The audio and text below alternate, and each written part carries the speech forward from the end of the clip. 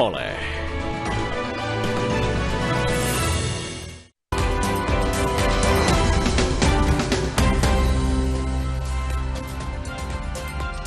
Nanda Aprilia kembali menemani Anda di Sapa Indonesia Pagi, Saudara. Mantan kuasa hukum Roy Suryo, Ahmad Kozinudin, menantang ex-kliennya dan Dr. Tifa untuk membuktikan hasil penelitian mereka mengenai ijazah Presiden ke-7 Joko Widodo. Pasca dakwaan jaksa dinyatakan gugur, Kozin menilai baik Jokowi dan Roy Tifa sama-sama tidak berani untuk hadapi sidang. Kalau benar-benar ada penelitian, ayo buktikan penelitiannya. Kalau benar-benar ada hasil kajian, ayo buktikan kajiannya. Jangan menipu rakyat. Farisal Fadilah, Rustam Afendi, dan Bu Kurnia, kami tetap membersamai Anda semua. Ya, Allahu Akbar. Mantan kuasa hukum Roy Suryo, Ahmad Kozinudin, mengkritik tajam kepada mantan kliennya maupun Jokowi.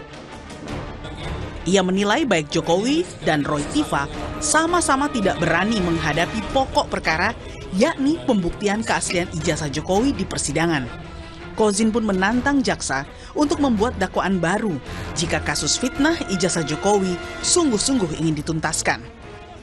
Seolah-olah ingin saling membuktikan, tapi keduanya sebenarnya pengecut, keduanya sebenarnya takut.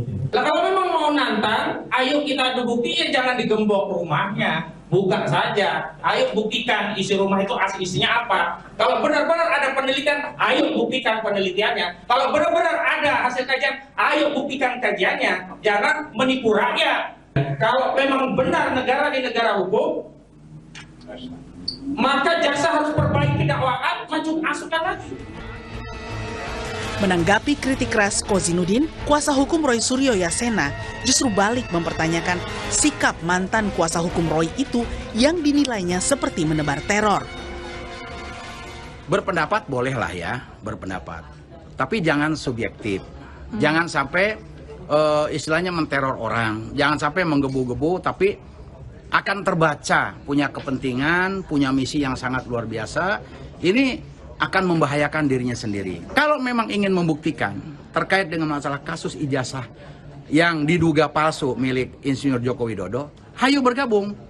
Tapi bukan menyerang kepada subjektif orang-orang yang lagi berseteru di sini langsung ikut menggerogoti. Kita juga bertanya, lu ikut siapa sih? Gitu kan.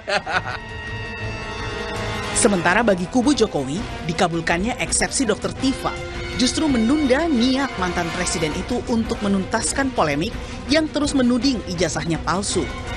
Kuasa hukum Jokowi pun berharap jaksa segera membuat dakwaan baru agar persidangan bisa dilanjutkan. Apakah ini menguntungkan? Tidak. Buat Pak Jokowi justru sebenarnya ingin sekali masuk ke pokok perkara. Yang beliau sendiri sudah cukup jengah dengan isu yang selama digulirkan, dan beliau merasa inilah saatnya beliau membuktikan bahwa sekarang ada pesan sela, ini kan berarti terjadi jeda perbaikan. Saudara memperbaiki dan mengajukan kembali. Kami harapkan seperti itu. Kenapa? Karena kami juga ingin ini tuntas ya. Sebelumnya, usai sidang di PN Jakarta Timur yang menerima nota perlawanan Dr. Tifa, Roy Suryo kembali tegaskan ia akan tetap bersama Dr. Tifa dan 3 rekannya di klaster 1 berjuang membuktikan penelitiannya soal dugaan palsu ijazah Jokowi. Dr. Tifa tetap akan terus berjuang, saya juga terus berjuang. Terima kasih juga untuk semua teman lawyer yang mungkin sekarang sudah tidak membersamai lagi juga ya, untuk tim yang lain. Insya Allah kita tetap berjuang bersama, dan untuk 3 sahabat kita ya, Mas Farisal Fadilah, Rustam Afendi, dan Bu Kurnia, kami tetap membersamai Anda semua. Ya, Allahu Akbar. Terima kasih.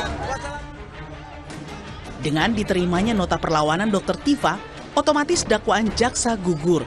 Sementara sidang kasus ijazah untuk Roy Suryo masih harus menunggu selesainya pra-peradilan Roy yang kini memasuki bagian ketiga. Tim Liputan Kompas TV.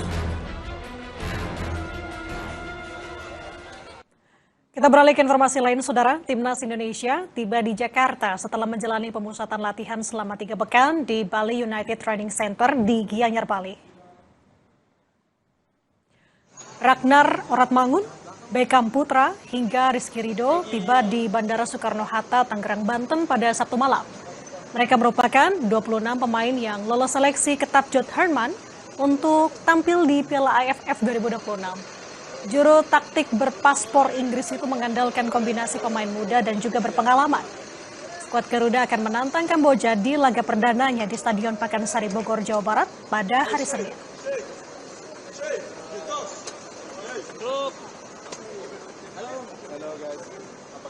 Piala AFF 2026 jadi edisi ke-16 sekaligus perayaan 30 tahun sejak kompetisi itu berlangsung. Timnas Indonesia masih berupaya untuk bisa mengejar gelar juara pertamanya. Akankah skuad Garuda meraih gelar juara di bawah asuhan pelatih John Herman?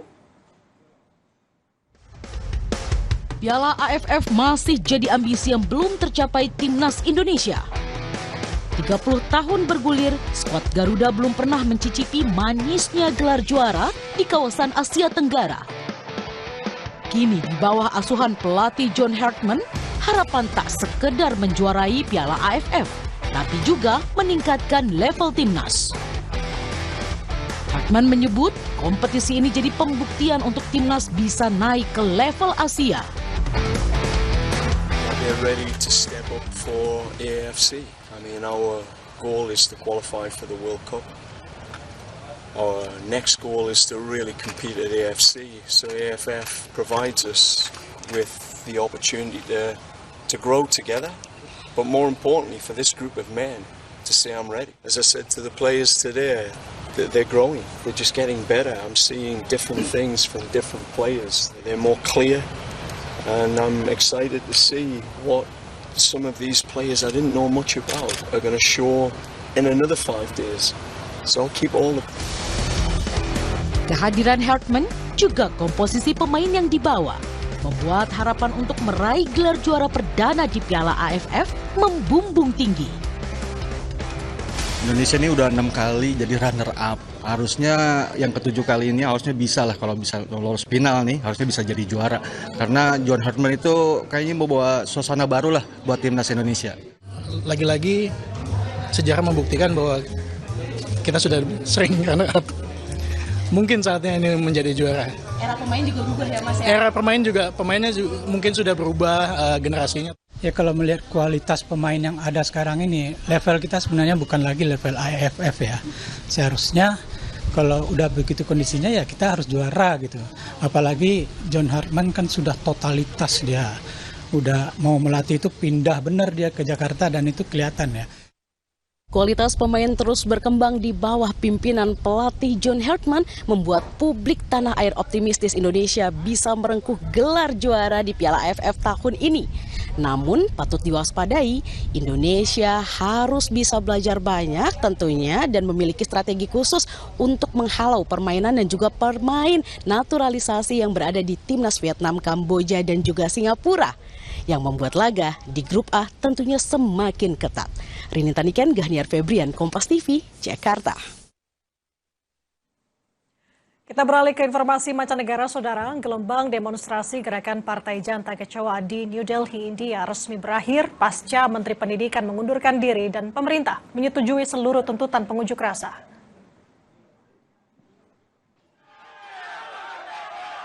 Gerakan pengunjuk rasa yang menamakan diri mereka sebagai Gerakan Partai Janta Kecewa membubarkan aksi protes setelah berpekan-pekan berprotes. Mundurnya Menteri Pendidikan Dharmendra Pradhan menjadi kemenangan besar bagi gerakan pemuda ini menyusul skandal kebocoran soal ujian. Aksi yang awalnya menuntut reformasi pendidikan berkembang menjadi protes luas terhadap pengangguran.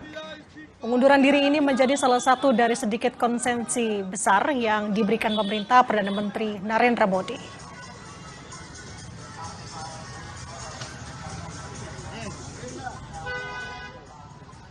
तमाम मांगे जो हमारी थी वो मान ली गई हैं, तो हम इमीडिएट इफेक्ट से प्रोटेस्टर्स से रिक्वेस्ट करते हैं कि आप विड्रॉ करें, पीसफुली अपने घर वापस जाएं और आगे की जो भी हमारी रणनीति होगी या बातचीत होगी उससे हम आपको अवगत कराएंगे.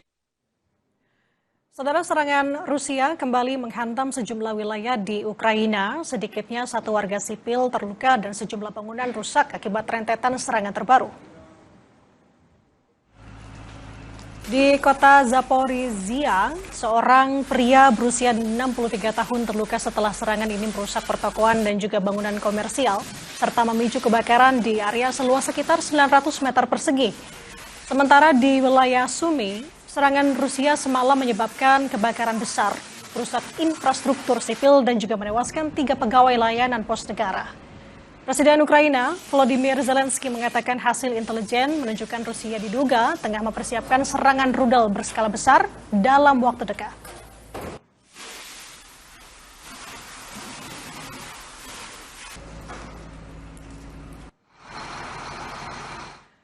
Saudara, serangan udara Israel kembali menghantam sejumlah wilayah di jalur Gaza. Pada hari Sabtu, sedikitnya 4 warga Palestina tewas dan 15 lainnya terluka.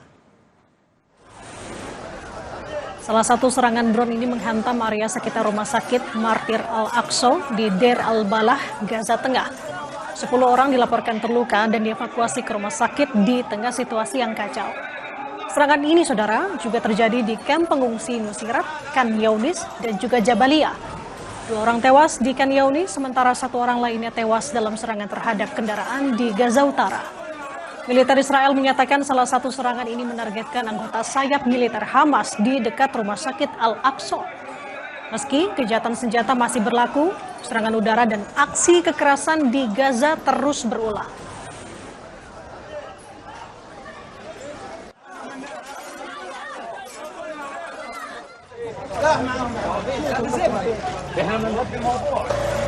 Puluhan pemukim Israel diduga menyerang desa Sura di barat daya Nablus, tepi barat. Serangan ini memicu kebakaran yang menghanguskan rumah, kendaraan, dan juga lahan pertanian milik warga Palestina. Warga bersama dengan petugas pemadam kebakaran berupaya untuk memadamkan api yang melalap pemukiman. Media Palestina melaporkan 6 rumah dan 5 kendaraan dibakar, serta 3 warga mengalami luka akibat penganiayaan.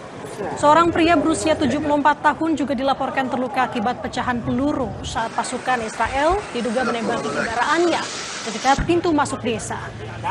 Kekerasan ini terjadi setelah bentrokan maut di desa Tal yang menyebabkan 2 personel Israel dan juga 4 warga Palestina tewas, saudara. Hingga kini, militer Israel belum memberikan pernyataan resmi terkait insiden di desa Sura.